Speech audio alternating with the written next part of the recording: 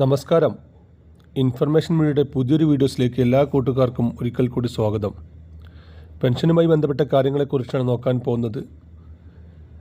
April മാസത്തിലെ 2ാം ഘട്ട pension വിതരണം, അതുപോലെ തന്നെ പെൻഷനിന് കുറച്ചാളുകൾക്ക് മാത്രമാണ് ലഭിക്കുക, എന്തെല്ലാം കാര്യങ്ങൾ ശ്രദ്ധിക്കണം എന്നതിനെക്കുറിച്ചെല്ലാം നോക്കാം. അതിനുമുമ്പായി ഇൻഫർമേഷൻ മീഡിയയുടെ വീഡിയോസ് നിങ്ങൾ ആദ്യമായിട്ടാണ് കാണുന്നതെങ്കിൽ ചാനൽ സബ്സ്ക്രൈബ് ചെയ്യാൻ മറക്കരുത്. നമ്മുടെ ചാനൽ ഒരു തരത്തിലുള്ള മതരാഷ്ട്രീയ കാര്യങ്ങളും വരുന്നതല്ല.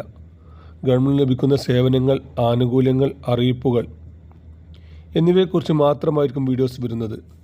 ശ്രദ്ധിക്കുക, പല ആളുകളും പഴയ വീഡിയോസുകൾ കണ്ട് ആനുകൂല്യങ്ങൾ ഇപ്പോൾ നിലവിലില്ല, ഞങ്ങൾ അറിഞ്ഞില്ല, ഞങ്ങൾക്ക് ലഭിച്ചില്ല, അങ്ങനെ പല കാര്യങ്ങളും കമൻറ്റ് ബോക്സിൽ ചോദിക്കാറുണ്ട്. അങ്ങനെയുള്ള ആളുകൾ പ്രത്യേകം ശ്രദ്ധിക്കുക. ഗവൺമെൻറ് സേവനങ്ങളിൽ എപ്പോൾ വേണമെങ്കിലും പുതിയ മാറ്റങ്ങൾ വരാം. ഏറ്റവും പുതിയ അറിയിപ്പോൾ ലഭിക്കാൻ ചാനൽ സബ്സ്ക്രൈബ് ചെയ്ത് തൊട്ടടുത്തുള്ള ബെല്ലൈക്കൺ കൂടി ക്ലിക്ക് ചെയ്ത് വെക്കുക. എങ്കിൽ മാത്രമായിരിക്കും നമ്മൾ അപ്ലോഡ് ചെയ്യുന്ന സമയത്ത് തന്നെ നിങ്ങൾക്ക് നോട്ടിഫിക്കേഷൻ വരികയും ആ ആനുകൂല്യങ്ങളെക്കുറിച്ച് നിങ്ങൾക്ക് അറിയുകയും ലഭിക്കുകയും ചെയ്യുകയുള്ളൂ. വീഡിയോ ഇഷ്ടപ്പെട്ട് കഴിഞ്ഞാൽ ചാനൽ സബ്സ്ക്രൈബ് ചെയ്ത് മറ്റു കൂട്ടുകാരിലേക്ക് ഷെയർ ചെയ്ത് കൂടി കൊടുക്കുക. പെൻഷനുമായി ബന്ധപ്പെട്ട് നമ്മൾ ഒരുപാട് വീഡിയോസ് നമ്മുടെ ചാനൽ അപ്ലോഡ് ചെയ്തിട്ടുണ്ടെങ്കിലും എപ്പോഴും ശ്രദ്ധിക്കേണ്ട കാര്യങ്ങളെക്കുറിച്ചാണ് നോക്കാൻ പോകുന്നത്. ഒരുപാട് ആളുകൾക്ക് പെൻഷൻ മസ്റ്റിങ്ങുമായി ബന്ധപ്പെട്ട കാര്യങ്ങൾ കൊണ്ട് പെൻഷൻ മുടങ്ങിയിട്ടുണ്ട്.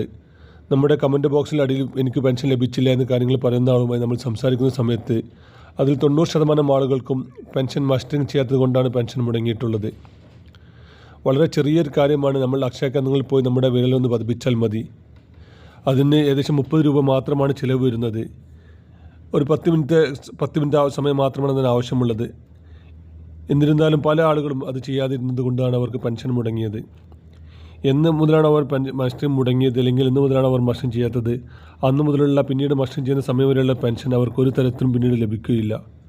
അതുകൊണ്ട് തന്നെ നിർബന്ധമായിട്ടും മസ്റ്റിങ് ചെയ്യാത്ത ആളുകളുണ്ടെങ്കിൽ അവർ മസ്റ്റിങ് പൂർത്തിയാക്കുക.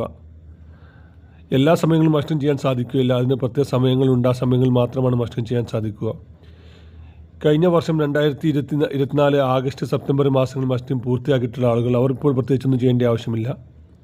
ഈ വർഷം അവസാനത്തിൽ മസ്റ്റിങ് ചെയ്യുന്ന സമയത്ത് അവൾ മറക്കാതെ മസ്റ്റിങ് പൂർത്തിയാക്കിയാൽ മതി. എന്നാൽ അന്ന് മസ്റ്റിങ് ചെയ്യാൻ സാധിക്കാത്ത ആളുകൾക്ക് ഇപ്പോൾ മസ്റ്റിങ് ചെയ്യാനുള്ള അവസരമുണ്ട്. അവർ എത്രയും പെട്ടെന്ന് തന്നെ അക്ഷയ കേന്ദ്രങ്ങളിൽ ചെന്ന് മസ്റ്റിങ് പൂർത്തിയാക്കാൻ ശ്രമിക്കുക. വളരെ കുറഞ്ഞ സമയത്ത് ഒരു 30 രൂപ വെച്ച് മാത്രം മുടക്കിയാൽ മതി. അവർക്ക് പിന്നീട് പെൻഷനും മറ്റ് ആനുകൂല്യങ്ങളും ലഭിക്കും. എന്നാൽ അവർ ഇത്രയും കാലം മസ്റ്റിങ് ചെയ്യാത്തത് കൊണ്ട് തന്നെ ഇപ്പോൾ മുടങ്ങിക്കിടക്കുന്ന പെൻഷൻ അവർക്ക് ലഭിക്കുകയില്ല. അതുപോലെ തന്നെ ഏപ്രിൽ മാസത്തിൽ പെൻഷൻ ലഭിച്ച ആളുകളുണ്ട്. ഈ മാസം തുടക്കത്തിൽ പെൻഷൻ ലഭിച്ച ആളുകളുണ്ട്. ജനുവരി മുതൽ കറക്റ്റായി പെൻഷൻ ലഭിച്ചു പോകുന്ന ആളുകൾക്ക് ഈ മാസം ഒരു മാസത്തെ ഗഡുവായി 1600 രൂപ കൂടി ലഭിക്കാൻ സാധ്യത കാണുന്നുണ്ട്. കഴിഞ്ഞ വർഷത്തെ കുടിശ്ശികയായ 4 മാസത്തെ കുടിശ്ശിക ഉണ്ടായിരുന്നു. അതിലൊരു മാസത്തെ പെൻഷനാണ്. വരും ദിവസങ്ങളിൽ തന്നെ അതിൻ്റെ വിതരണം തുടങ്ങുമെന്നാണ് ഇപ്പോൾ സർക്കാർ തലത്തിൽ നിന്ന് നമുക്ക് അറിയാൻ സാധിക്കുന്നത്. അതിൻ്റെ ഡേറ്റ് എന്നാണ് വിതരണം തുടങ്ങുക എന്നുള്ള കാര്യം സർക്കാർ ഔദ്യോഗികമായി പറഞ്ഞിട്ടില്ലെങ്കിലും ഈ ഒരു മാസം അവസാനത്തോടു കൂടി തന്നെ അതിൻ്റെ വിതരണം ഉണ്ടാകുമെന്നാണ് ഇപ്പോൾ അറിയാൻ സാധിക്കുന്നത്. ഏതായാലും നമുക്ക് കാത്തിരിക്കാം. പെൻഷനുമായി ബന്ധപ്പെട്ട് മറ്റു കാര്യങ്ങളും കൂടി നോക്കാം. പുതിയ പെൻഷൻ അപേക്ഷിക്കാൻ ഇപ്പോൾ സമയമുണ്ട്. നമുക്കറിയാത്തൊരു കാര്യമാണ് പെൻഷനെ അപേക്ഷിക്കുക, അല്ലെങ്കിൽ പെൻഷന് നമ്മൾ പുതിയൊരു പേപ്പർ നൽകുക എന്നുള്ളത് ഒരു സമയത്ത് മാത്രം നൽകുന്ന കാര്യമല്ല. എല്ലാ സമയങ്ങളിലും ചെയ്യാൻ സാധിക്കുന്നുണ്ട്. നമുക്കെന്നാണ് 60 വയസ്സ് തികയുന്നത് അന്ന് നമുക്ക് അതിന് വാർദ്ധക്യ പെൻഷൻ അപേക്ഷിക്കാം. അതുപോലെ തന്നെ 50 വയസ്സായിട്ടും കല്യാണം കഴിക്കാത്ത ആളുകളുണ്ടെങ്കിൽ അവർക്ക് അതിനപേക്ഷിക്കാം.